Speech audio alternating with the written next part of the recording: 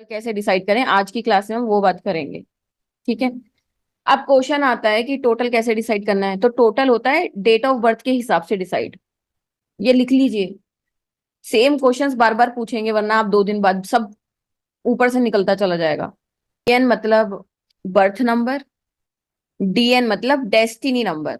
BN को English Hindi में लिख लो मूलांक, और डेस्टिनी नंबर को लिख लो भाग्यांक। सिंपल इतना। अब आगे बढ़ते हैं। तो अब हमने B N D N calculate कर लिया जिन जिन के पास डेट ऑफ बर्थ थी। ठीक है, तो अब हमें अपने बी एन डी एन के हिसाब से मोबाइल का टोटल डिसाइड करना है। सिंपल। ठीक है। अब यहाँ पे बहुत इंपॉर्टेंट चीज है, अब आप सब लोग प्लीज देखिएगा। ठीक है, नहीं सुनेंगे तो कंफ्यूजन होगी। जो मोबाइल का टोटल लेंगे ना, मोबाइल का टोटल सिर्फ आपको 4 नंबर्स में से चूज करना है।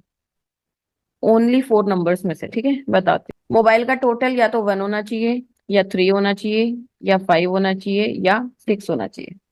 इसके अलावा कुछ भी नहीं होना चाहिए।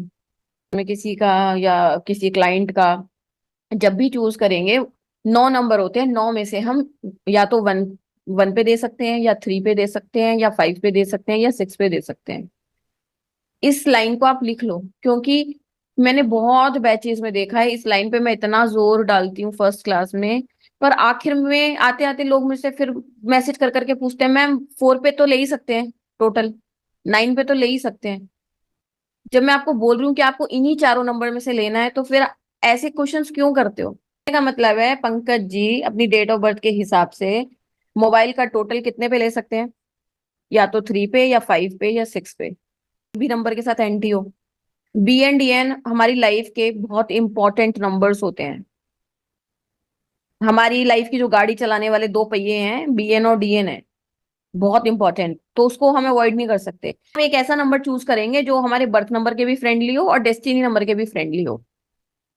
ठीक है। तो यहाँ पे बिल्कुल भी गलती नहीं करनी किसी को भी जल्दीबाजी में।